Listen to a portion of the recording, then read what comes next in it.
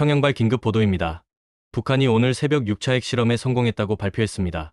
전문가들은 이번 실험이 이전과는 차원이 다른 기술력을 보여준다고 분석하는데요. 그 중심에 조국의 천재로 불리는 한 과학자가 있다는 소문이. 안녕하세요. 저는 박도현입니다. 평양 외곽 용성 해경구단지 지하 30m 깊이의 실험실이었습니다. 형광등 불빛 아래 제 앞엔 중성자 분석 데이터가 펼쳐져 있었어요. 숫자들이 춤을 췄습니다. 효율 97.3%. 완벽해. 북한 핵물리학 최고 권위자, 김일성 종합대학 수석 졸업, 모스크바 유학파 박사.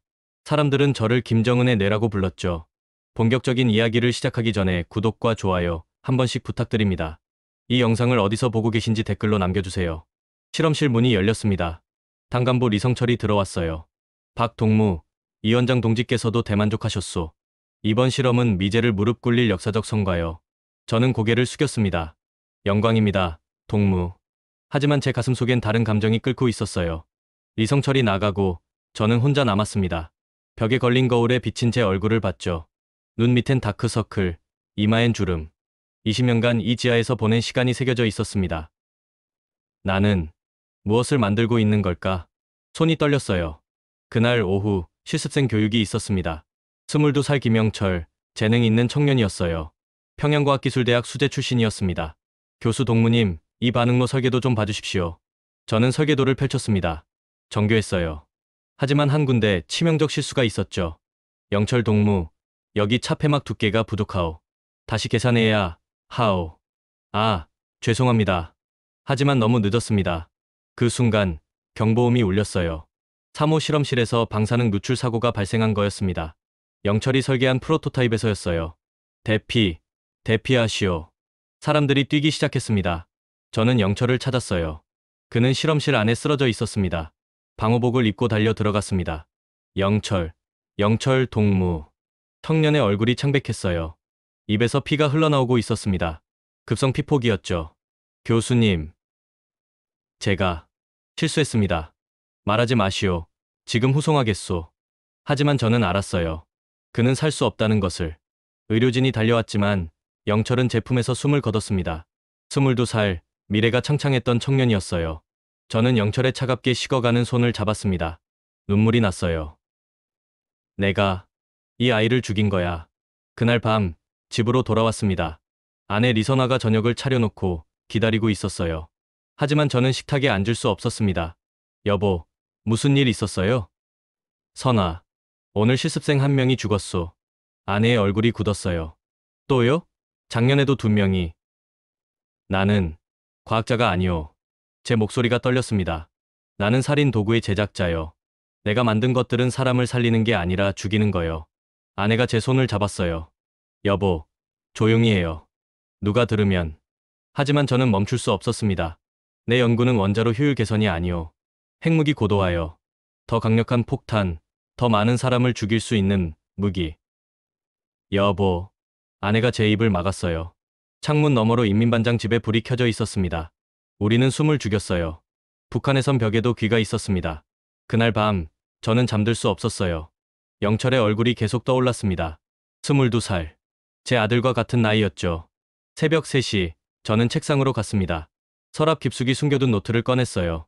거기엔 제가 몰래 적어둔 생각들이 있었습니다. 과학의 본질은 무엇인가? 진정한 과학자란? 나는 왜 이 길을 걷고 있는가? 손이 저절로 움직였어요. 새로운 문장을 적었습니다. 과학의 본질은 생명을 살리는 것이다. 그 문장을 쓰는 순간 제 눈에서 눈물이 떨어졌습니다. 노트 위로 떨어진 눈물이 잉크를 번지게 했어요. 창밖으론 평양의 불빛이 보였습니다. 대동강 너머 김일성 광장, 주체 사상탑, 그리고 어둠 속에 잠긴 도시. 저는 중얼거렸습니다. 나는 언젠가 이곳을 떠나야 해. 다음 날 아침, 출근길이었어요. 전차 안에서 사람들의 얼굴을 봤습니다. 무표정했어요. 20년간 매일 봤지만 오늘따라 다르게 보였습니다. 이들은 살아있는 걸까? 아니면 그저 움직이고 있는 걸까? 연구단지에 도착했습니다. 정문 경비가 저를 봤어요. 동무, 오늘 실험 일정 있소? 네, 오전 10시입니다. 조심하시오. 어제 사고 있었다며? 저는 고개를 끄덕였습니다. 실험실로 들어갔어요. 영철이 앉아있던 자리가 비어 있었습니다. 그 자리를 보는 것만으로도 가슴이 아팠죠. 책상 위엔 영철이 남긴 노트가 있었어요. 저는 조심스럽게 펼쳤습니다. 박도연 교수님은 나의 영웅이시다. 언젠가 나도 교수님처럼 위대한 과학자가 되고 싶다. 저는 노트를 덮었습니다. 더 이상 볼 수 없었어요. 영철 동무. 미안하오. 내가 잘못된 길로 인도했소. 그날 저는 결심했습니다. 이 길을 계속 갈 수 없다고. 언젠가 반드시 이곳을 벗어나야 한다고. 하지만 어떻게? 탈북이 발각되면 삼족이 멸합니다. 저뿐 아니라 아내, 아들, 그리고 부모님까지. 저는 실험실 벽을 바라봤어요. 철창 같은 벽이었습니다. 나는 천재의 나라가 아니라 철의 감옥에 갇혀 있구나. 점심시간 구내 식당에서 동료들과 마주쳤습니다. 박동무, 어제 사고 때문에 힘들었지? 괜찮소. 영철이 불쌍하지. 하지만 혁명을 위한 희생이요. 혁명을 위한 희생. 그 말이 제 귓속에서 메아리 쳤어요. 희생. 누구를 위한 희생인가? 시사를 마치고 저는 혼자 연구단지 뒤편 언덕에 올랐습니다. 거기서 멀리 평양 시내가 보였어요. 회색빛 도시, 똑같은 아파트들, 붉은 구호가 걸린 건물들. 저는 주머니에서 영철의 노트를 꺼냈습니다. 바람의 페이지가 넘어갔어요. 나의 꿈은 세계 최고의 과학자가 되는 것이다. 영철의 꿈은 이루어지지 못했습니다. 하지만 제 꿈은, 저는 하늘을 올려다봤어요. 구름 한 점 없는 푸른 하늘이었습니다. 언젠가 저 하늘 너머로 갈 수 있을까? 그날 저녁 집으로 돌아가는 길이었어요. 어둠이 내린 평양 거리를 걸으며 저는 새로운 결심을 했습니다. 준비하자. 천천히, 조심스럽게, 하지만 반드시. 집에 도착했을 때 아내가 저를 기다리고 있었어요. 여보, 오늘은 괜찮았어요? 저는 아내를 꼭 안았습니다. 선아, 우리 언젠가 이곳을 떠나야 하오. 아내가 떨렸어요. 하지만 고개를 끄덕였습니다. 알아요. 저도 그날을 기다리고 있었어요. 우리는 말없이 서로를 안고 있었습니다. 창밖으론 평양의 밤이 깊어가고 있었어요. 철의 감옥은 여전히 우리를 가두고 있었지만 제 마음속엔 작은 불씨가 타오르기 시작했습니다. 자유를 향한, 진정한 과학을 향한 불씨였어요. 3개월이 흘렀습니다. 저는 여전히 용성 해경구단지에서 일했어요. 하지만 밤은 달랐습니다. 자정이 넘으면 저는 서재로 갔어요. 아내와 아들이 잠든 후였습니다. 책장 뒤에 숨겨둔 작은 노트북이 있었어요. 중국에서 밀수입된 거였습니다. 인터넷 접속은 불가능했지만 USB로 자료를 볼 수 있었죠. 저는 조심스럽게 전원을 켰습니다. 화면이 켜지는 소리조차 작게 느껴졌어요. USB를 꽂았습니다. 동료 최영수가 몰래 건네준 것이었어요. 거기엔 해외과학 학술지들이 담겨 있었습니다. Nature, Science, Physical Review Letters. 제 손이 떨렸어요. 첫 논문을 열었습니다. 한국과학기술원 KAIST의 핵융합 연구였어요. 한일 공동 인공태양 프로젝트 2025년 상용화 목표. 저는 숨을 멈췄습니다. 인공태양, 핵융합 에너지. 파괴가 아닌 창조의 과학이었어요. 다음 논문을 열었습니다. 독일 막스플랑크 연구소와 프랑스 원자력청의 공동 연구였죠. 국경을 넘은 협력, 평화를 위한 과학. 제 눈가에 눈물이 맺혔어요. 저는 무엇을 하고 있었나? 세계는 협력하고 있는데 저는 무기를 만들고 있었습니다. 다음 날 새벽 아내가 깨어났어요. 여보, 또 밤샘했어요? 미안하오. 잠이 안 와서. 아내가 제 어깨에 손을 얹었습니다. 뭘 보고 있었어요? 저는 잠시 망설였어요. 하지만 아내를 믿었습니다. 해외 학술지요. 영수가 준 거요. 아내의 얼굴이 굳었어요. 여보, 그거 발각되면. 알고 있소. 하지만 보지 않을 수 없소. 저는 노트북을 열어 논문 하나를 보여줬습니다. 여기 보시오. 한국 과학자들이 일본, 미국과 함께 연구하고 있소. 핵을 무기가 아닌 에너지로. 아내가 화면을 바라봤어요. 그녀의 눈에도 무언가가 흔들렸습니다. 선아, 우리가 사는 세계는 너무 작소. 알아요. 저도 가끔 생각해요. 다른 세상은 어떨까 하고. 우리는 서로를 바라봤어요. 말없는 대화가 오갔습니다. 떠나자. 언젠가. 반드시. 그날 연구소에서 특별회의가 있었습니다. 당 중앙위원회 간부들이 참석했어요. 주제는 7차 핵실험 준비였습니다. 회의실 정면엔 김정은 초상화가 걸려 있었어요. 리성철이 발표를 시작했습니다. 동무들, 원수님께서 새로운 지시를 내리셨소. 소형 전술핵 개발을 가속화하라고. 박수가 터졌어요. 저도 손뼉을 쳤지만 기계적이었습니다. 박도연 동무, 기술 보고를 하시오. 저는 일어섰습니다. 네, 동무. 현재 중성자 반응 효율은 목표치에 도달했습니다. 소형화는 6개월 내 가능합니다. 훌륭하오. 이것이야말로 주체의 위력이오. 다시 박수가 터졌어요. 저는 앉으며 손을 봤습니다. 떨리고 있었어요. 나는 무엇을 하고 있는 거지? 회의가 끝나고 화장실로 갔습니다. 거울 속 제 얼굴을 봤어요. 핏기 없는 얼굴, 공허한 눈빛. 나는 사라지고 있어. 양심이 사라지고 있었어요. 매일 반복되는 거짓말, 강요된 충성, 그리고 죄책감. 세면대에 물을 받아 얼굴을 씻었습니다. 차가운 물이 뺨을 타고 흘렀어요. 아직은 느낄 수 있어. 아직은 살아있어. 그날 밤 다시 노트북을 켰습니다. 새로운 USB를 받았어요. 영수가 또 건네준 거였습니다. 이번엔 특별한 게 있소. 조심해서 보시오. USB를 열자 동영상 파일이 있었어요. 재생했습니다. 한국대전에 있는 국가해경화연구소 영상이었어요. 거대한 토카막 장치, KSTAR, 세계 최장 플라즈마, 유지 시간 기록 달성. 연구원들이 환호하는 모습이 보였습니다. 젊은 얼굴들, 밝은 웃음들. 저는 화면을 멈췄어요. 그들의 표정을 자세히 봤습니다. 진심으로 기뻐하고 있었어요. 강요된 웃음이 아니었습니다. 저게 진짜 과학자의 얼굴이구나. 동영상을 계속 봤어요. 한 연구원이 인터뷰하고 있었습니다. 우리의 목표는 인류를 위한 무한 에너지원을 만드는 겁니다. 국경도, 이념도 없어요. 오직 과학만 있을 뿐이죠. 저는 동영상을 껐습니다. 더 이상 볼 수 없었어요. 너무 아팠습니다. 책상 서랍을 열었어요. 거기엔 제가 몰래 적어둔 노트가 있었습니다. 새로운 페이지를 펼쳤습니다. 손이 저절로 움직였어요. 나는 언젠가 이곳을 떠나야 한다. 진짜 과학을 하기 위해, 진짜 인간이 되기 위해. 그 순간 문 두드리는 소리가 들렸어요. 심장이 멎는 듯했습니다. 여보, 나예요. 아내였어요. 저는 안도하며 문을 열었습니다. 선화, 왜 안 자고? 아내가 제 손을 잡았어요. 떨리고 있었습니다. 여보, 저도 같이 봐도 돼요? 그 영상들? 저는 놀랐어요. 위험하오. 당신까지. 알아요. 하지만 혼자 보면 더 힘들잖아요. 우리는 함께 앉았습니다. 저는 노트북을 다시 켰어요. KSTAR 영상을 처음부터 재생했습니다. 아내가 화면을 보며 눈물을 흘렸어요. 저렇게 웃을 수 있구나.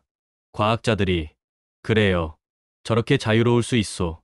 우리는 말없이 영상을 봤습니다. 화면 속 연구원들은 국적도, 나이도 달랐어요. 하지만 하나의 목표를 향해 협력하고 있었습니다. 영상이 끝났어요. 아내가 제 손을 꼭 쥐었습니다. 여보, 우린 언젠가 이곳을 떠나야 해요. 알고 있소. 아들도. 이렇게 살게 할 순 없어요. 저는 고개를 끄덕였어요. 우리 아들 박민주는 15살이었습니다. 똑똑한 아이였죠. 하지만 이곳에선 그저 체제의 부품이 될 뿐이었어요. 준비합시다. 천천히. 하지만 확실하게. 어떻게요? 아직 모르겠소. 하지만 방법을 찾을 거요. 그날 이후 저는 조심스럽게 움직이기 시작했습니다. 연구소에서 평소처럼 일했어요. 충성스러운 과학자처럼 행동했습니다. 하지만 밤엔 달랐어요. USB 자료들을 정리하고 해외 논문들을 읽으며 탈북 경로를 연구했습니다. 한 달 후 기회가 왔어요. 평양국제과학기술대회 준비위원회에서 연락이 왔습니다. 박도연 동무, 이번 대회에서 발표를 맡아주시오. 무슨 주제로 하면 되겠습니까? 핵기술의 평화적 이용이요. 세계에 우리의 위상을 보여줘야 하오. 저는 심장이 뛰었어요. 이거다. 이게 기회야. 영광입니다. 최선을 다하겠습니다. 그날 밤, 저는 발표 준비를 시작했습니다. 하지만 당이 원하는 내용이 아니었어요. 제목을 적었습니다. 한반도 중성자 평화 기술 핵융합을 통한 민생, 에너지 전환. 이건 위험한 제목이었습니다. 아내가 물었어요. 여보, 이거 괜찮겠어요? 모르겠소. 하지만 이게 마지막 기회일지도 모르오. 저는 발표문을 쓰기 시작했습니다. 손이 떨렸지만 멈출 수 없었어요. 핵은 무기가 아니라 생명이 되어야 합니다. 파괴가 아니라 창조를 위해. 문장 하나하나가 제 고백이었어요. 20년간 숨겨왔던 양심의 외침이었습니다. 새벽 4시 발표문이 완성됐어요. 저는 파일을 USB에 저장했습니다. 그리고 작은 쪽지 하나를 썼어요. 과학의 본질은 생명을 살리는 것이다. 그 쪽지를 노트 사이에 끼워 넣었습니다. 창밖으로 평양의 새벽이 밝아오고 있었어요. 저는 중얼거렸습니다. 이제 돌이킬 수 없어. 아내가 제 어깨에 손을 얹었어요. 여보, 두려워요? 두려워요. 하지만 저는 아내를 바라봤습니다. 더 두려운 건 이대로 사는 거요. 우리는 서로를 꼭 안았어요. 밖에서 새가 울기 시작했습니다. 새로운 날이 오고 있었어요. 하지만 그날이 희망의 시작일지 파국의 시작일지 알 수 없었습니다. 평양인민문화궁전 국제과학기술대회 당일이었습니다. 오전 9시 저는 대회장 입구에 섰어요. 각국에서 온 과학자들이 보였습니다. 중국, 러시아, 쿠바, 베트남. 하지만 서방 국가는 없었어요. 미국도, 유럽도, 한국도. 박동무, 긴장되시오? 영수가 옆에서 물었습니다. 조금요. 잘하실 거요. 동무는 천재니까. 천재. 그 단어가 이젠 무겁게 느껴졌어요. 대회장 안으로 들어갔습니다. 500석 규모의 강당이었어요. 정면엔 김일성, 김정일, 김정은, 초상화가 나란히 걸려 있었습니다. 제 발표는 오후 2시였어요. 기다리는 동안 다른 발표들을 들었습니다. 주체농법의 과학적 우월성, 우리식 경제관리의 혁명성, 모두 정치적 수사로 가득했어요. 순수한 과학은 없었습니다. 점심시간이 됐어요. 식당에서 중국 과학자 한 명이 제게 다가왔습니다. 박 교수님이시죠? 만나 뵙게 되어 영광입니다. 아, 감사합니다. 오늘 발표 기대하고 있습니다. 제목이 흥미롭더군요. 핵융합 평화 기술이라. 저는 긴장했어요. 네, 작은 연구입니다. 겸손하시네요. 북한의 핵물리학 수준은 세계적이지 않습니까? 그의 눈빛이 묘했어요. 무언가를 알고 있는 듯했습니다. 교수님, 혹시 국제협력에 관심 있으신가요? 제 심장이 뛰었어요. 국제협력이요? 네, 중국과 북한이 함께할 수 있는 프로젝트 말입니다. 순수 과학 분야로요. 저는 주변을 둘러봤어요. 보위부 요원들이 곳곳에 서 있었습니다. 좋은 생각입니다. 하지만 쉽지 않을 것 같네요. 중국 과학자는 명함을 건넸어요. 제 이메일입니다. 언제든 연락 주세요. 명함을 받는 순간 리성철이 다가왔습니다. 박동무, 준비 다 됐소? 네, 동무. 리성철이 중국 과학자를 쳐다봤어요. 날카로운 눈빛이었습니다. 중국 과학자는 자리를 떴어요. 박동무, 조심하시오. 외국인들과 함부로 친해지면 안 돼요. 알겠습니다. 오후 2시가 됐습니다. 사회자가 제 이름을 불렀어요. 다음은 용성 해경구단지 박도연 교수의 발표입니다. 한반도 중성자 평화 기술. 박수가 터졌어요. 저는 연단으로 올라갔습니다. 다리가 떨렸어요. 마이크 앞에 섰습니다.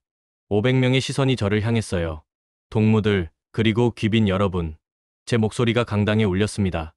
오늘 저는 핵기술의 새로운 방향에 대해 말씀드리고자 합니다. 첫 슬라이드를 띄웠어요. 핵분열과 핵융합의 비교 도표였습니다. 핵분열은 원자를 쪼개 에너지를 얻습니다. 하지만 방사능 폐기물이 발생하죠. 청중이 고개를 끄덕였어요. 반면 핵융합은 원자를 합쳐 에너지를 얻습니다. 태양과 같은 원리죠. 폐기물이 거의 없고 무한한 에너지를 만들 수 있습니다. 다음 슬라이드로 넘어갔어요. 한반도 지도가 나타났습니다. 만약 한반도에 핵융합 발전소가 건설된다면 그 순간 뒤에서 움직임이 느껴졌어요. 리성철이 자리에서 일어나고 있었습니다. 하지만 저는 멈출 수 없었어요. 남과 북이 함께 협력한다면 우리는 에너지 자립을 이룰 수 있습니다. 핵무기가 아닌 핵융합으로. 잠깐. 리성철의 목소리가 울렸어요. 강당이 조용해졌습니다. 박동무, 지금 무슨 말을 하는 거요? 남조선과 협력이라니? 저는 그를 바라봤어요. 동무, 저는 과학적 가능성을 말하는 겁니다. 과학, 그것은 반혁명적 사상이요. 청중이 웅성거리기 시작했어요. 저는 심호흡했습니다. 동무들, 세계는 지금 협력하고 있습니다. 유럽의 ITER 프로젝트, 중국의 EAST, 한국의 KSTAR. 닥치시오. 리성철이 소리쳤어요. 보위부 요원들이 움직이기 시작했습니다. 저는 마지막 슬라이드를 띄웠어요. 거기엔 큰 글자로 적혀 있었습니다. 과학에는 국경이 없다. 오직 진리만 있을 뿐이다. 그 순간 스크린이 꺼졌어요. 조명도 꺼졌습니다. 암흑이었어요. 그리고 손전등 불빛들이 저를 향했습니다. 박도연 동무, 당신은 체포됐소. 보위부 요원들이 무대로 올라왔어요. 제 팔을 붙잡았습니다. 이리 오시오. 강당에서 끌려나갔어요. 청중들이 저를 바라봤습니다. 어떤 이는 놀라고 어떤 이는 고개를 저었어요. 중국 과학자와 눈이 마주쳤습니다. 그의 눈빛에 연민이 보였어요. 복도로 나왔어요. 검은 승용차가 대기하고 있었습니다. 타시오. 차에 밀어 넣어졌어요. 양옆에 요원들이 앉았습니다. 차가 출발했어요. 창밖으로 평양거리가 지나갔습니다. 익숙한 풍경이었어요. 하지만 이젠 모든 게 다르게 보였습니다. 박도연 동무, 당신은 큰 실수를 했소. 앞좌석의 요원이 말했어요. 반혁명적 발언, 남조선 찬양, 체제 비방. 최소 15년이요. 15년. 저는 눈을 감았어요. 차는 보위사령부로 향했습니다. 회색 건물이 나타났어요. 철창이 있는 창문들, 높은 담장. 지옥의 입구였습니다. 신문실로 끌려갔어요. 작은 방이었습니다. 탁자 하나, 의자 2개, 그리고 벽에 걸린 김정은 초상화. 의자에 앉혔어요. 1시간 후 문이 열렸습니다. 보위부 대저가 들어왔어요. 냉혹한 얼굴이었습니다. 박도연 동무, 오늘 당신이 한 발표는 심각한 범죄요. 저는 과학적 사실만 말했습니다. 과학적 사실, 남조선과 협력하자는 게 과학이요? 대저가 책상을 쳤어요. 당신은 남조선의 사주를 받았소? 아닙니다. 그럼 왜 그런 발표를 했소? 저는 대저를 똑바로 봤어요. 진실을 말했을 뿐입니다. 진실? 대저가 비웃었어요. 당신의 진실은 인민의 적이요. 당의 노선에 반하는 것이요. 밤새 신문이 계속됐어요. 같은 질문, 같은 대답. 새벽 4시, 저는 독방에 갇혔습니다. 차가운 시멘트 바닥, 작은 창문 하나. 저는 벽에 기대 앉았어요. 이제 끝인가? 하지만 포기할 순 없었어요. 주머니를 뒤졌습니다. 아직 있었어요. 중국 과학자의 명함이. 저는 명함을 바라봤어요. 이메일 주소가 적혀 있었습니다. 이게 마지막 희망일지도 몰라. 며칠 후 신문관이 바뀌었어요. 더 높은 급의 요원이었습니다. 박도연, 당신의 연구 자료가 해외 서버에 업로드된 사실을 알고 있소? 제 심장이 멎었어요. 무슨 말씀이십니까? 발표 전날 당신의 논문이 중국 서버로 전송됐소.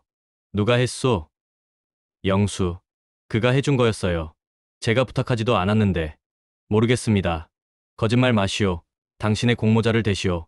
없습니다. 요원이 저를 때렸어요. 뺨이 찢어지는 듯했습니다. 박도연, 당신은 이제 죽었소. 사형 명령이 내려졌소. 사형. 저는 피를 뱉었어요. 언제 집행됩니까? 일주일 후요. 요원이나 남기시오. 요원이 나갔어요. 저는 혼자 남았습니다. 독방 창문으로 하늘이 보였어요. 작은 하늘이었습니다. 선아, 민준아, 미안하다. 눈물이 흘렀어요. 하지만 후회는 없었습니다. 저는 진실을 말했어요. 평화를 말했습니다. 그게 죄라면 기꺼이 받아들일 거였어요. 그날 밤 독방 문이 조용히 열렸습니다. 한 감시병이 들어왔어요. 젊은 얼굴이었습니다. 박동무. 그가 속삭였어요. 당신의 논문, 내 아내가 인터넷에서 봤소. 저는 놀라 글을 봤어요. 당신은 죽이면 안 되는 사람이요. 그가 작은 종이를 건넸습니다. 거기엔 전화번호가 적혀 있었어요. 이 사람에게 연락하시오. 당신을 도울 거요. 누군데? 묻지 마시오. 시간이 없소. 감시병이 사라졌어요. 저는 종이를 꼭 쥐었습니다. 희망의 불씨가 다시 타오르기 시작했어요. 3일이 지났습니다. 독방에서 죽음을 기다리는 시간이었어요. 하루에 한 번 나오는 옥수수죽, 녹순물. 하지만 저는 살아있었습니다. 감시병이 건넨 전화번호를 외웠어요. 010-8472-3916.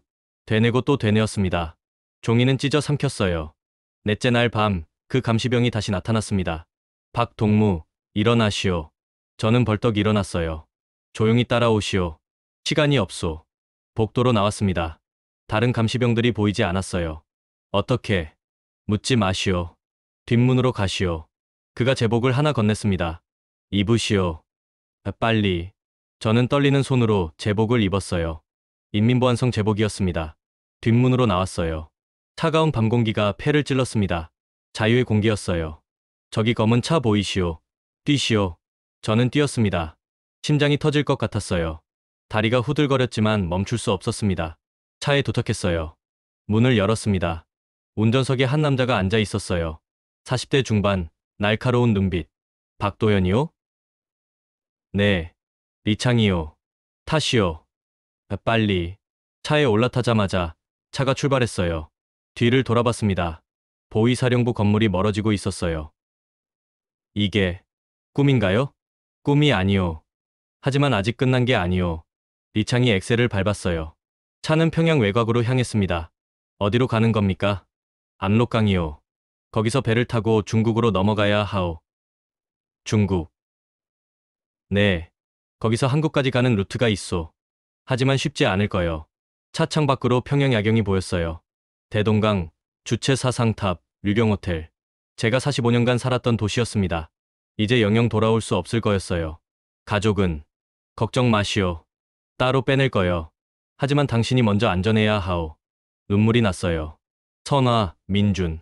미안해. 3시간을 달렸습니다. 새벽 2시 압록강변에 도착했어요.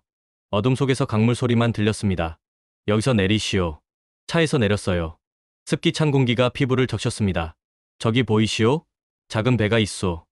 눈을 응시하니 강변에 작은 나룻배가 보였어요. 저걸 타고. 네. 노를 저 건너편으로 가시오. 거기서 사람들이 기다리고 있을 거요. 당신은? 나는 돌아가야 하오. 아직 일이 남았소. 리창이 가방 하나를 건넸습니다. 중국 돈, 옷, 그리고 연락처가 들어있소. 단둥에 도착하면 이 번호로 전화하시오. 왜? 이렇게까지 해주십니까? 리창이 잠시 망설였어요. 그리고 조용히 말했습니다. 내 아들이 방사능 사고로 죽었소. 5년 전에 저는 숨이 멎었어요. 용성연구단지에서요. 당신이 만든 시스템 때문이 아니오. 하지만 그의 목소리가 떨렸어요. 나는 그때 깨달았소. 이 나라의 과학은 썩었다고. 당신 같은 사람이 살아야 한다고. 저는 리창의 손을 잡았습니다. 감사합니다. 평생 잊지 않겠습니다. 가시오. 시간이 없소. 저는 배로 뛰어갔어요. 노를 잡았습니다. 처음 잡아보는 노였어요. 밀어드릴게요. 리창이 배를 밀었습니다. 배가 강물에 떴어요. 저는 노를 저었습니다. 어설펐어요. 배가 이리저리 흔들렸습니다. 하지만 천천히 강 중앙으로 나아갔어요. 뒤돌아봤습니다. 리창이 손을 흔들고 있었어요. 저도 손을 흔들었습니다. 그리고 다시 노를 저었어요. 강물은 차가웠습니다. 11월의 압록강이었죠. 얼음이 떠다니고 있었어요. 노가 얼음에 부딪혔습니다. 쩍! 금이 가는 소리였어요. 이럴 수가. 배가 흔들렸어요. 물이 스며들기 시작했습니다. 안 돼. 이렇게 끝날 순 없어. 저는 미친 듯이 노를 저었어요. 팔이 끊어지는 것 같았습니다. 하지만 멈출 수 없었어요. 건너편 강둑이 보였습니다. 50m, 30m, 10m. 배가 강둑에 닿았어요. 저는 뛰어내렸습니다. 진흙탕에 발이 빠졌어요. 하지만 중국 땅이었습니다. 기어 올라갔어요.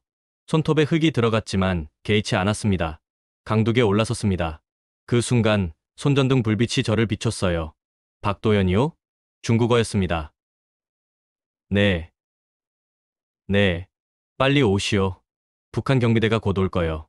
3명의 남자가 저를 끌어당겼어요. 트럭으로 뛰었습니다. 짐칸에 숨었어요. 트럭이 출발했습니다. 어둠 속에서 저는 숨을 헐떡였어요. 살았다. 살았어. 하지만 끝이 아니었습니다. 30분 후 트럭이 멈췄어요. 검문이요. 중국 공안이었습니다. 차에서 내리시오. 밖에서 중국어 대화 소리가 들렸어요. 무슨 짐 실었소? 야채요. 단둥으로 가는 길이요. 짐칸 열어보시오. 심장이 멎는 듯했어요. 발소리가 가까워졌습니다. 짐칸 문이 열렸어요. 손전등 불빛이 안을 비췄습니다. 저는 배추 더미 속에 숨어 있었어요. 숨도 쉴 수 없었습니다. 응. 괜찮소. 가시오. 문이 닫혔어요. 트럭이 다시 출발했습니다.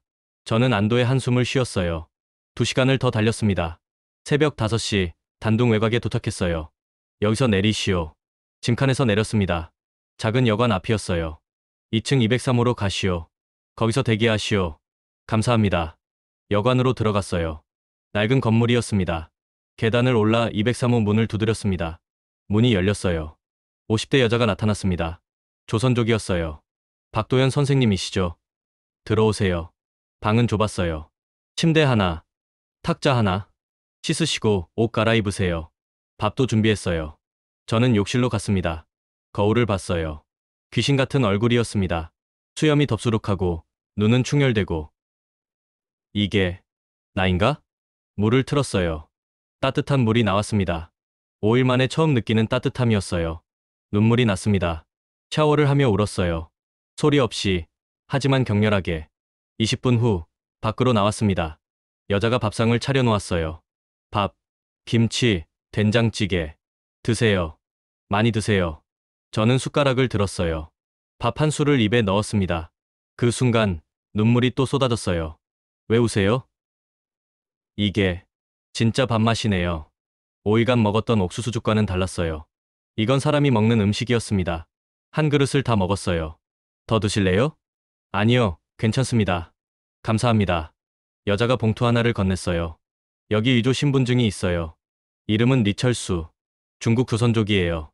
신분증을 봤습니다. 제 사진이 붙어 있었어요. 이걸로 한국까지 갈 수 있나요? 쉽지 않아요. 먼저 베트남으로 가야 해요. 거기서 배를 타고. 얼마나 걸립니까? 빠르면 한 달, 늦으면. 모르죠. 한 달. 그동안 선아와 민주는 어떻게 될까? 선생님, 가족 걱정되시죠? 네. 우리도 최선을 다할게요. 하지만 지금은 선생님이 살아야 해요. 저는 고개를 끄덕였어요. 창밖을 봤습니다. 단둥거리가 보였어요. 건너편엔 압록강, 그 너머엔 북한. 제가 떠나온 지옥이었습니다. 다시는 돌아가고 싶지 않아. 여자가 TV를 켰어요. 북한 뉴스였습니다. 긴급 보도입니다. 반역자 박도연이 탈출했습니다. 전국에 수배령이 내려졌으며 제 얼굴이 화면에 떴어요. 현상금 10만 달러. 여자가 TV를 껐습니다. 걱정 마세요. 여긴 안전해요. 하지만 안전하지 않았어요. 북한 보위부는 이미 움직이고 있었습니다. 그날 밤 북한 보위사령부 대전은 부하들에게 지시했어요. 대상은 단둥에 있다. 죽이든 살리든 데려와라. 추격이 시작됐습니다. 단둥에서 일주일이 지났습니다. 203호 방에서 저는 숨죽이며 지냈어요. 낮은 커튼을 치고 밖에 나가지 않았습니다. 조선족 여자 김순희 씨가 매일 밥을 가져다 줬어요. 선생님, 오늘은 국수 끓였어요. 감사합니다. 하지만 음식이 목으로 넘어가지 않았어요. 불안이 저를 잠식하고 있었습니다. 밤마다 악몽을 꿨어요. 보위부 요원들이 문을 부수고 들어오는 꿈, 총에 맞는 꿈, 아내와 아들이 고문당하는 꿈. 으악, 비명을 지르며 깼습니다.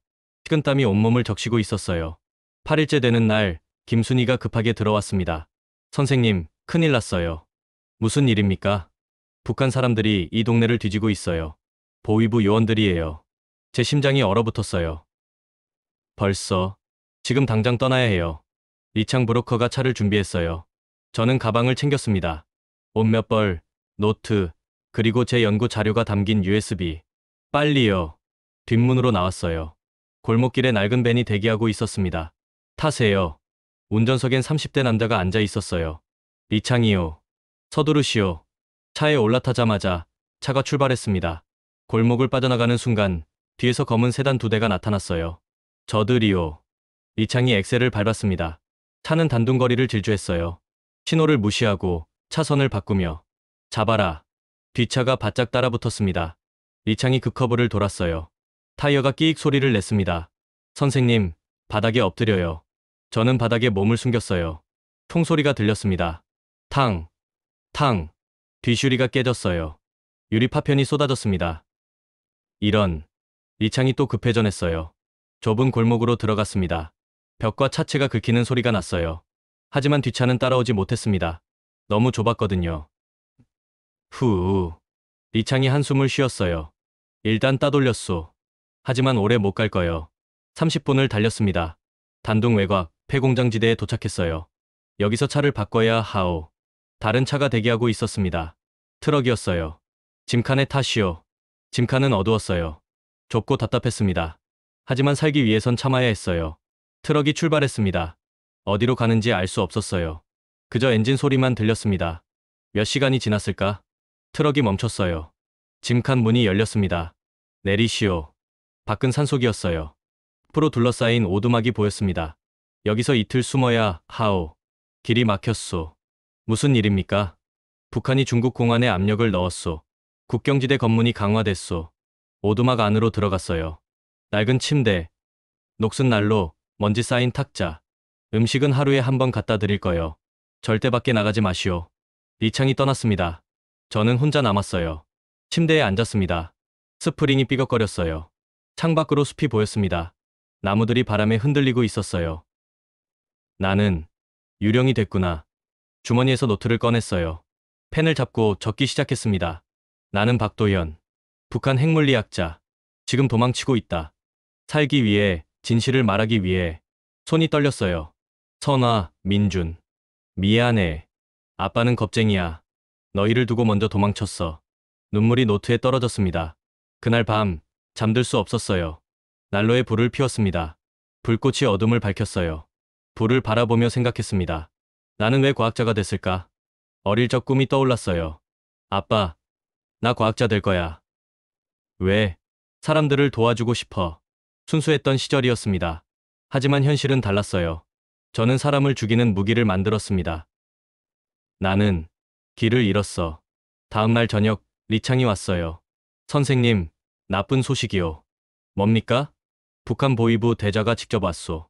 신문하고 다니고 있소. 뭐라고요? 당신을 찾는데 혈안이 됐소. 현상금도 20만 달러로 올랐소. 20만 달러. 왜? 이렇게까지 하는 겁니까? 당신이 알고 있는 게 많아서요. 핵기밀, 연구 자료. 그게 한국으로 넘어가면 큰일이라고 생각하는 거죠. 저는 USB를 만졌어요. 주머니에 항상 지니고 다녔습니다. 이 안에 모든 게 들어있소. 그렇다면 더 조심해야 하오. 당신은 걸어 다니는 폭탄이요. 리창이 지도를 펼쳤어요. 원래 계획은 베트남 루트였소. 하지만 너무 위험하오. 새 루트로 가야 하오. 어디로요? 라오스요. 거기서 태국, 그리고 한국 대사관. 손가락이 지도 위를 따라 움직였어요. 3주 걸릴 거요. 그리고 리창이 망설였어요. 비용이 더 들 거요. 5만 위안. 5만 위안. 하나로 1,000만 원이었습니다. 돈이 없는데요. 알고 있소. 한국 정부가 대신 낼 거요. 일단 선생님이 살아서 한국 땅만 밟으면 돼요. 정말 믿어도 됩니까? 리창이 제 눈을 똑바로 봤어요. 선생님, 나는 장사꾼이요. 하지만 양심은 있소. 당신 같은 사람은 살아야 하오. 그날 밤 출발 준비를 했습니다. 내일 새벽 4시 트럭 짐칸에 숨어 남쪽으로 떠날 예정이었어요. 잠들기 전 노트에 마지막 문장을 적었습니다. 핵이 아닌 태양으로, 파괴가 아닌 창조로. 언젠가 나는 이 꿈을 이룰 것이다. 새벽 3시 리창이 문을 두드렸어요. 일어나시오. 출발해야 하오. 밖으로 나갔습니다. 어둠 속에서 트럭이 대기하고 있었어요. 짐칸에 방수포 깔아놨소. 그 안에 숨으시오. 짐칸에 올라갔습니다. 방수포 아래로 들어갔어요. 좁고 답답했습니다. 숨쉬기도 힘들었어요. 선생님, 힘들겠지만 참으시오. 적어도 12시간은 이대로 가야 하오. 알겠습니다. 트럭이 출발했어요. 덜컹거리는 소리, 엔진 소리, 그리고 제 심장 박동 소리. 그것만이 저와 함께였습니다. 6시간쯤 지났을 때 트럭이 멈췄어요. 검문이다. 다들 차에서 내려. 중국 공안이었습니다. 발소리가 가까워졌어요. 짐칸 열어. 방수포가 거쳤습니다. 손전등 불빛이 저를 향했어요. 이게 뭐야? 저는 눈을 감았습니다. 이제 끝인가? 하지만 리창의 목소리가 들렸어요. 돼지 운반하는 거요. 병든 돼지라 방수포로 덮어놨소. 병든 돼지. 냄새 좀 나는데. 그래서 빨리 가야 하오. 죽기 전에. 공안이 웃었어요. 하아. 알았소. 가시오. 빨리. 방수포가 다시 덮였습니다. 트럭이 출발했어요. 저는 안도의 한숨을 쉬었습니다. 살았다. 또 살았어. 12시간 후 드디어 목적지에 도착했어요. 윈난성 국경 마을이었습니다. 짐칸에서 내렸을 때 다리에 힘이 없었어요. 비틀거렸습니다. 괜찮으시오? 네, 괜찮습니다. 리창이 작은 여관으로 저를 안내했어요. 여기서 이틀 쉬시오. 그 다음엔 라오스로 넘어갈 거요. 고맙습니다. 아니요. 선생님이 살아야 세상이 바뀌요. 리창이 떠났습니다. 저는 침대에 쓰러졌어요. 온몸이 쑤셨습니다. 하지만 살아있었어요. 창밖으로 별이 보였습니다. 같은 별이 평양에서도, 여기서도, 그리고 서울에서도 빛나고 있었어요. 조금만 더 버티자. 그 순간 북한 보위부 대자는 무전을 받고 있었습니다. 대상, 윈난성 방향으로 이동 중. 추격 계속하겠습니다. 대상은 인간이 아니라 유령 같다고 보고하라. 하지만 반드시 잡아라. 추격은 계속되고 있었습니다. 하지만 저도 포기하지 않았어요. 자유를 향한, 진실을 향한 여정은 아직 끝나지 않았습니다. 윈난성에서 라오스까지, 다시 태국까지 3주간의 악몽 같은 여정이었습니다. 트럭 짐칸, 배 밑창, 밀림 속 오솔길. 저는 마치 화물처럼 옮겨졌어요. 몸무게는 15kg이나 빠졌습니다. 수염은 덥수룩했고 옷은 누더기가 됐어요. 하지만 살아있었습니다. 태국 방콕 한국 대사관 앞에 섰을 때였어요. 12월 8일 오후 3시. 저는 대사관 문을 바라봤습니다. 태극기가 바람에 펄럭이고 있었어요. 저게 자유구나. 다리가 후들거렸습니다. 마지막 힘을 짜내 걸었어요. 경비원이 저를 막았습니다. 여기 무슨 일이십니까? 저는 북한에서 왔습니다. 망명을 신청합니다. 경비원의 얼굴이 굳었어요. 잠시만 기다리세요. 5분 후, 한 남자가 나왔습니다. 30대 후반, 정장 차림이었어요. 저는 영사 김준호입니다. 들어오시죠. 대사관 안으로 들어갔어요. 에어컨 바람이 저를 감쌌습니다. 시원했어요. 앉으세요. 소파에 앉았습니다. 몸이 푹 꺼졌어요. 성함이 어떻게 되시나요? 박도현입니다. 김준호 영사의 눈이 커졌어요. 박도현. 혹시 북한 핵물리학자 박도현 박사님이십니까? 네, 그렇습니다. 영사가 벌떡 일어났어요. 잠시만요. 긴급 보고 올려야 합니다. 그는 급히 전화를 걸었어요. 대사님, 긴급 상황입니다. 북한 핵개발 책임자급 인사가 망명 신청했습니다. 10분 후, 대사가 직접 왔어요. 박도현 박사님, 대한민국 대사 이성우입니다. 악수를 청했어요. 저는 떨리는 손으로 악수했습니다. 박사님, 일단 안전합니다. 이제 걱정 마세요. 그 말을 듣는 순간, 저는 무너졌어요. 눈물이 쏟아졌습니다. 통제할 수 없었어요. 살고 싶습니다. 진짜 과학을 하고 싶습니다. 목이 메어 말이 나오지 않았어요. 대사가 제 어깨를 두드렸습니다. 알겠습니다. 도와드리겠습니다. 그날 밤, 저는 대사관 보호시설에서 잤어요. 깨끗한 침대, 따뜻한 이불. 한 달 만에 처음이었습니다. 하지만 잠들 수 없었어요. 선아와 민준 생각이 났습니다. 너희는 지금 어디 있니? 다음 날 국정원 요원들이 왔어요. 신원 확인, 조사, 디브리핑. 3일간 계속됐습니다. 박사님, 북한 핵시설 위치를 알고 계십니까? 네. 설계도는요? 저는 USB를 꺼냈어요. 여기 다 있습니다. 요원들의 눈빛이 변했어요. 이게 진짜입니까? 네. 제가 직접 작성한 겁니다. 그들은 즉시 USB를 분석하기 시작했어요. 1시간 후 수석 요원이 돌아왔습니다. 박사님, 이건 엄청난 자료입니다. 국가 안보에 결정적 도움이 될 겁니다. 그것보다 저는 조심스럽게 말했어요. 제 가족을 구해주실 수 있습니까? 요원이 고개를 끄덕였어요. 최선을 다하겠습니다. 하지만 시간이 걸릴 겁니다. 일주일 후 한국행 비행기에 올랐습니다. 특별기였어요. 저 혼자만 타는 비행기였습니다. 창밖으로 방콕이 멀어졌어요. 그리고 구름 위로 올라갔습니다. 푸른 하늘이었어요. 끝없이 펼쳐진. 이게 자유의 하늘인가? 6시간 후 인천공항에 도착했습니다. 하지만 일반 게이트가 아니었어요. 정부 전용 통로였습니다. 검은 승용차가 대기하고 있었어요. 박사님, 타세요. 차는 서울로 향했습니다. 창밖으로 한국이 보였어요. 고속도로, 빌딩들, 자동차들. 모든 게 신기했습니다. 저기 보이는 게 한강입니다. 운전기사가 말했어요. 저는 한강을 바라봤습니다. 넓고 푸른 강물이었어요. 대동강과는 달랐습니다. 자유로웠어요. 국정원 보호시설에 도착했어요. 서울 외곽의 조용한 건물이었습니다. 박사님, 여기서 당분간 지내시게 됩니다. 보호를 위해서입니다. 방으로 안내됐어요. 깨끗한 원룸이었습니다. TV, 냉장고, 책상. 모든 게 갖춰져 있었어요. 불편한 거 있으면 말씀하세요. 혼자 남았습니다. 저는 창문으로 갔어요. 서울 야경이 보였습니다. 불빛들이 반짝이고 있었어요. 나는 정말 자유로운 걸까? 다음 날 기자회견이 있었습니다. 하지만 제 얼굴은 공개되지 않았어요. 안전을 위해서였습니다. 정부 대변인이 발표했습니다. 오늘 우리 정부는 북한 핵개발 책임자급 과학자의 망명을 확인했습니다. 기자들이 웅성댔어요. 신원은 공개할 수 없습니다.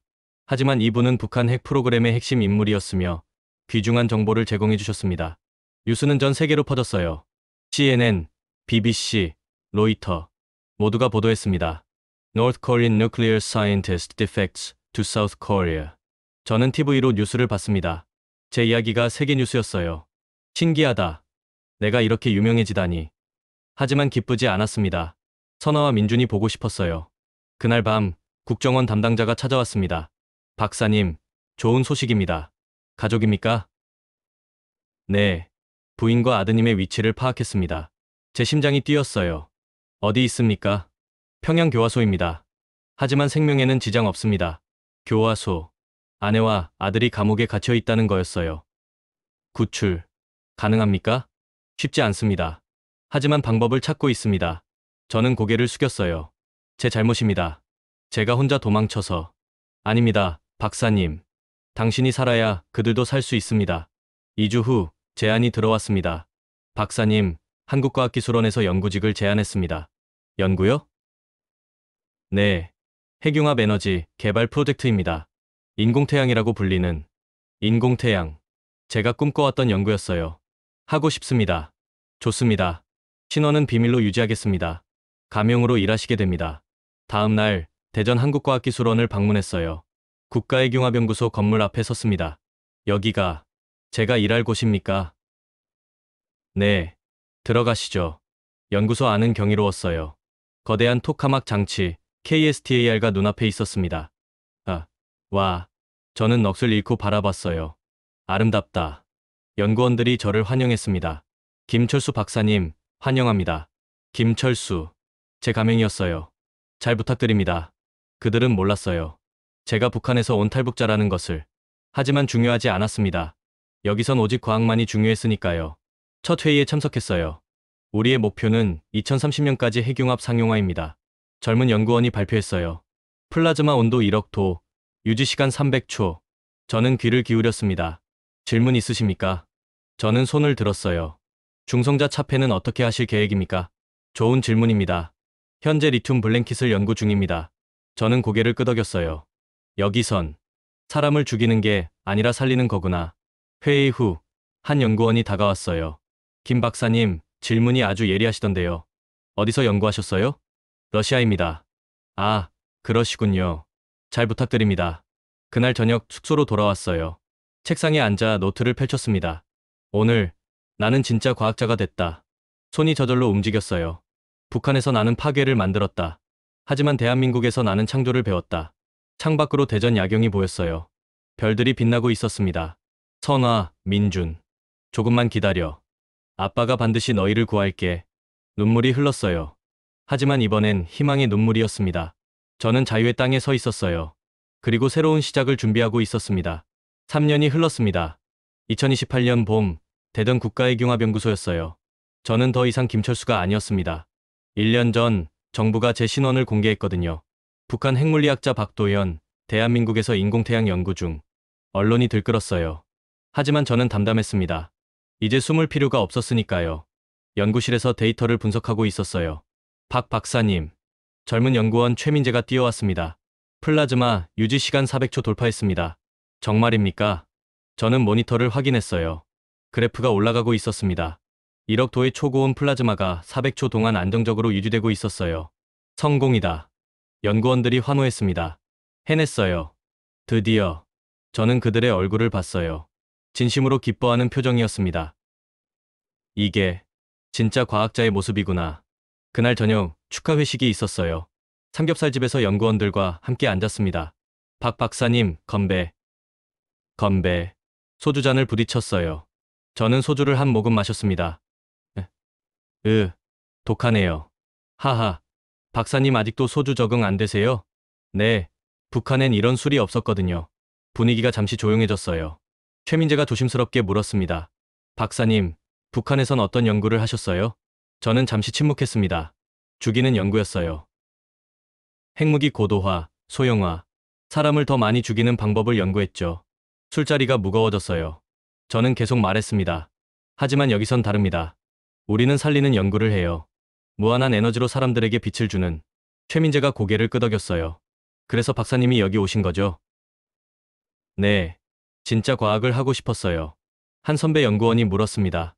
박사님, 가족 소식은 들으셨어요? 제 표정이 굳었어요. 아직 연락이 안 돼요. 사실이었습니다. 3년간 아내와 아들을 찾으려 했지만 실패했어요. 국정원도 외교부도 방법을 찾지 못했습니다. 곧 만나실 수 있을 거예요. 감사합니다. 하지만 저는 알았어요. 쉽지 않다는 것을. 다음 날 특별한 이메일이 왔어요. 발신인은 네이처 편집부였습니다. 세계 최고 권위의 과학 저널이었어요. 박도현 박사님께 귀하의 플라즈마 제어 연구를 네이처에 게재하고 싶습니다. 손이 떨렸습니다. 내 연구가 네이처에 논문을 쓰기 시작했어요. 제목을 적었습니다. 지속 가능한 핵융합 무기에서 에너지로. 서론을 적었습니다. 나는 전쟁의 에너지를 만들었다. 하지만 대한민국에서 생명의 에너지를 배웠다. 손가락이 키보드 위를 달렸어요. 20년간의 북한 연구, 탈북 여정, 그리고 한국에서의 3년. 모든 것을 담았습니다. 일주일 후 논문을 제출했어요. 2개월 뒤 답변이 왔습니다. 게재가 승인되었습니다. 저는 자리에서 일어나 소리쳤습니다. 됐다. 동료들이 달려왔어요. 무슨 일이세요?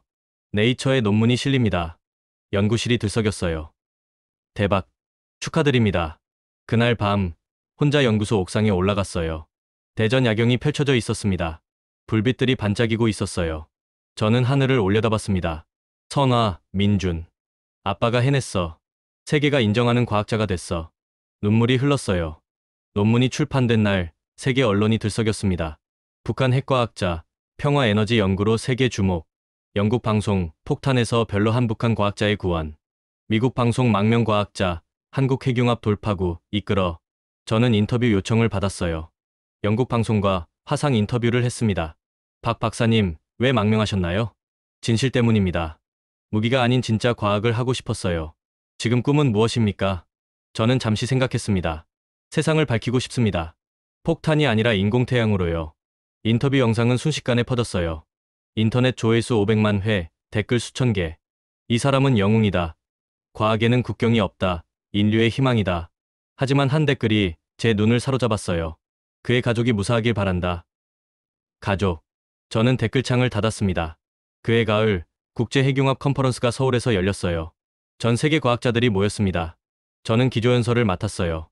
신사숙녀 여러분, 존경하는 과학자 여러분. 500명의 청중 앞에 섰습니다. 저는 오늘 북한인도 아니고 남한인도 아닌 그저 한 명의 과학자로서 이 자리에 섰습니다. 박수가 터졌어요. 과학은 국경을 모릅니다. 오직 진리만을 알 뿐이죠. 저는 슬라이드를 넘겼습니다.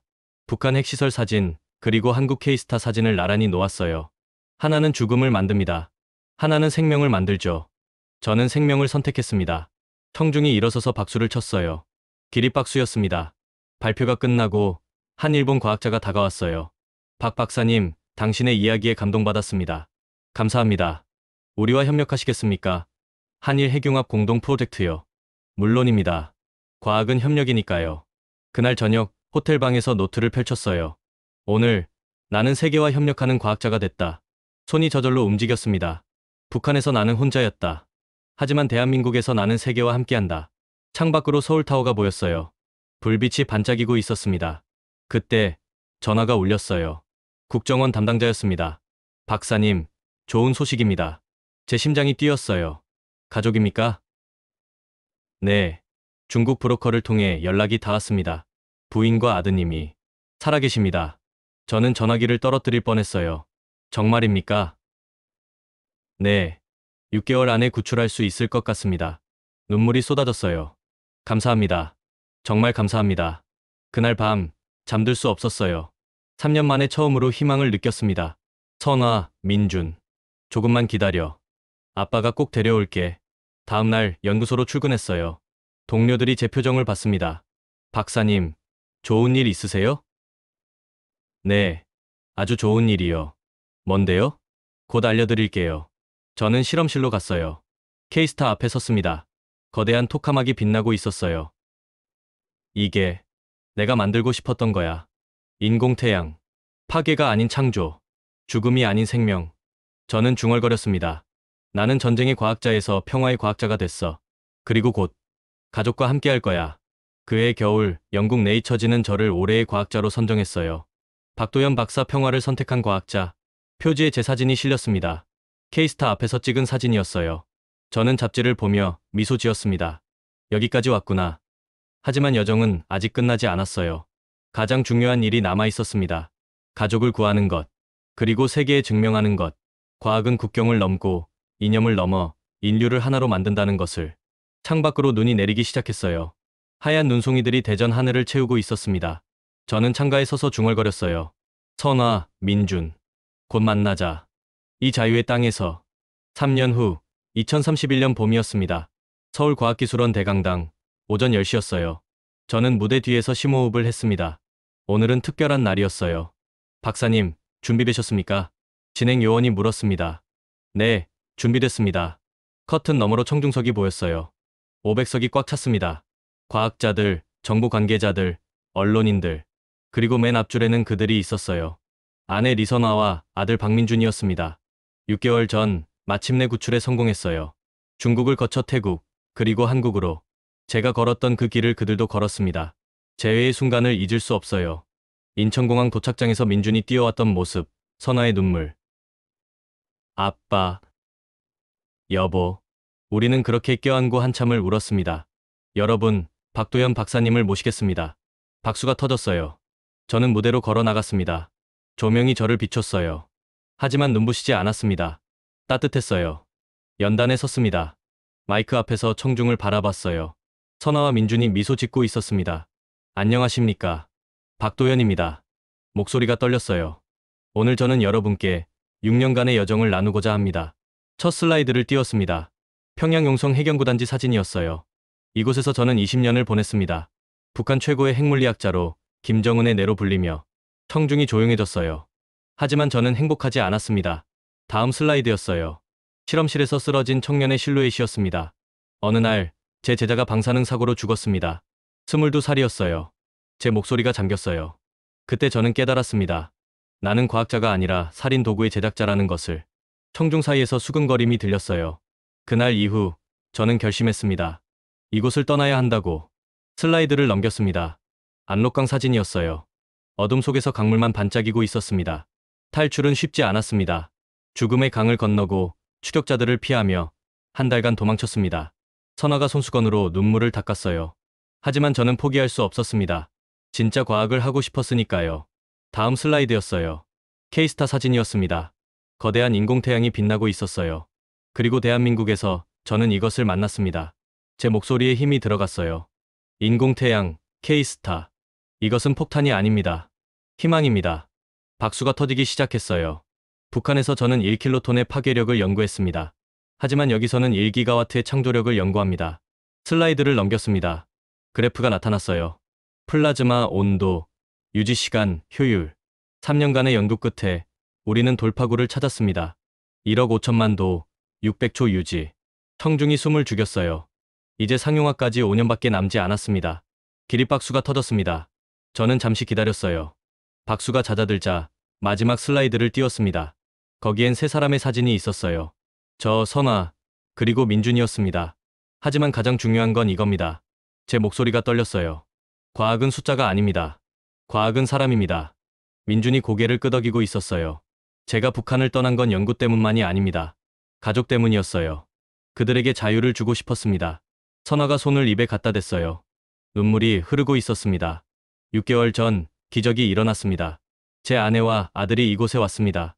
청중이 웅성거렸어요. 선아, 민준. 일어나 주시겠어요? 아내와 아들이 일어섰습니다. 강당 전체가 박수를 쳤어요. 저는 그들을 바라봤습니다. 당신들이 있었기에 제가 여기 있습니다. 감사합니다. 선아가 울고 있었어요. 민준도 눈물을 훔쳤습니다. 여러분, 저는 다시 청중을 향했습니다. 내가 만든 폭탄은 세상을 두려움으로 덮었습니다. 제 목소리가 강당에 울렸어요. 하지만 이곳 대한민국에서 만든 태양은 세상을 다시 밝히고 있습니다. 침묵이 흘렀습니다. 이것이 제가 배운 것입니다.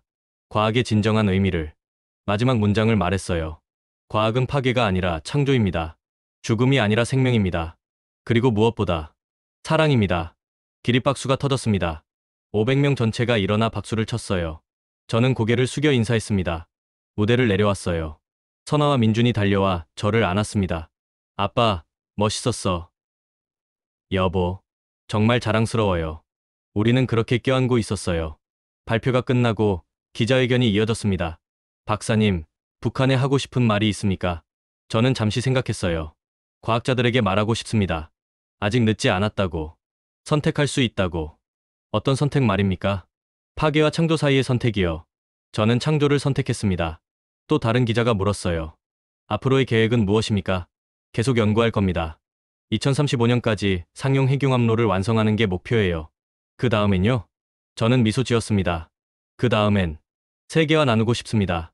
이 기술을 독점하지 않고 모두에게. 기자회견이 끝났어요. 저녁이 됐습니다. 가족과 함께 한강 공원을 걸었어요. 석양이 강물을 붉게 물들이고 있었습니다. 아빠, 저도 과학자 될 거예요. 민준이 말했어요. 그래. 왜?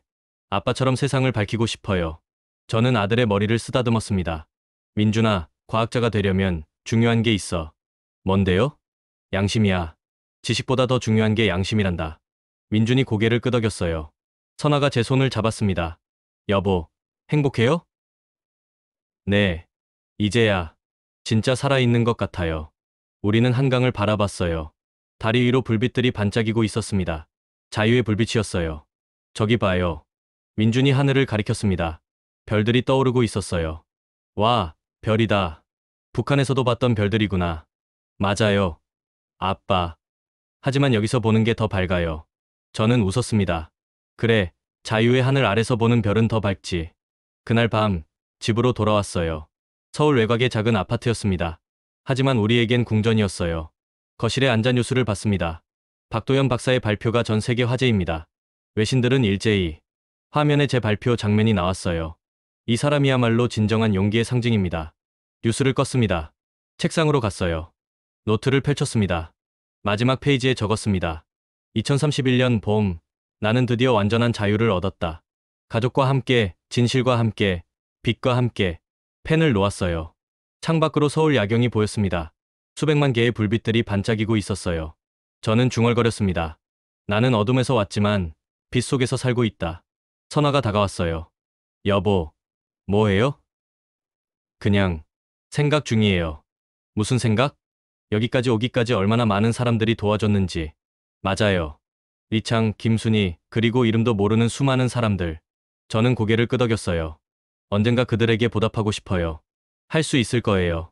당신은 박도연이잖아요. 우리는 웃었습니다. 그날 밤, 깊은 잠에 들었어요. 악몽은 더 이상 없었습니다. 평화로운 꿈을 꿨어요. 꿈속에서 저는 거대한 인공태양 앞에 서 있었습니다.